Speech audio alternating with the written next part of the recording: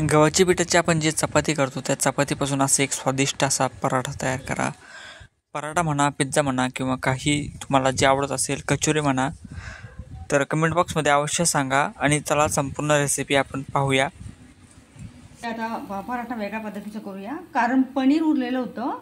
तर आता मी प्रथम आपली पोळी लाटून घेतली आहे. त्याला आपण काट्याच्या चमच्याने याप्रमाणे आपण असं हे करून घेऊया.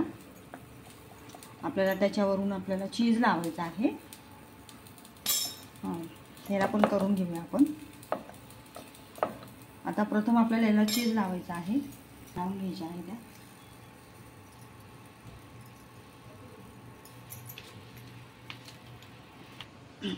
आपल्याला छान मुडपून घ्यायचं आहे. आता छान मुडपून घ्यायचं आपल्याला. याप्रमाणे करंजीप्रमाणे आपल्याला असं हे छान मुडपून घ्यायचं.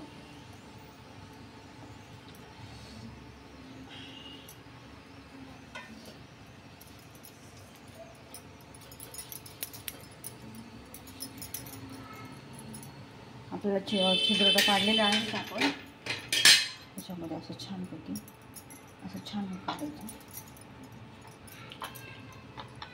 तर आपण काट्याच्या चमच्याने आपण याप्रमाणे आकार देऊन घ्यायचा आहे.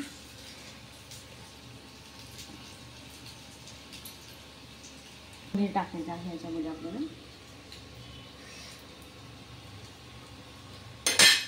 पनीर टाकलं. आपल्याला ही पोळी टाकायची आहे याच्यावर. अशी चांगली छान दाबून घ्यायची आहे आपल्याला.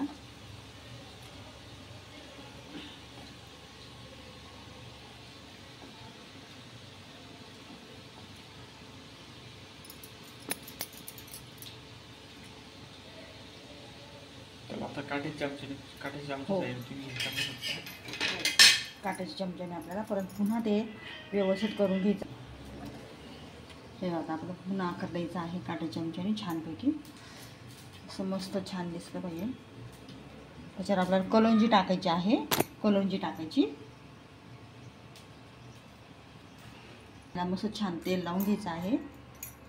तुम्ही बटर पण लावू शकता, अजून टेस्ट लागते. पहा आता आपण त्याला तेल लावून घेतलं. आता आपल्याला कलोंजी लावून टाकायची आहे याच्यावर. कलोंजी टाकायची आपल्याला मस्त छान.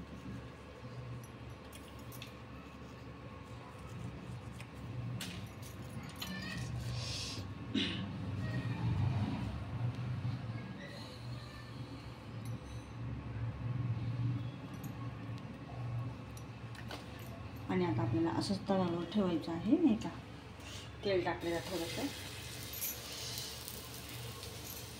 बारीक गॅस करायचा आहे तुम्हाला. थोडंसं आपण त्याच्यावर झाकण ठेवूया.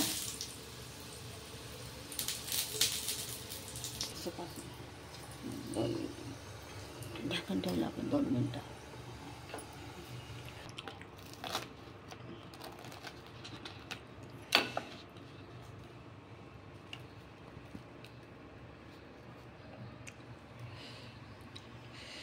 मस्त झाले पहा, मस्त छान झाले. आता चला आता खाऊया आता मस्त.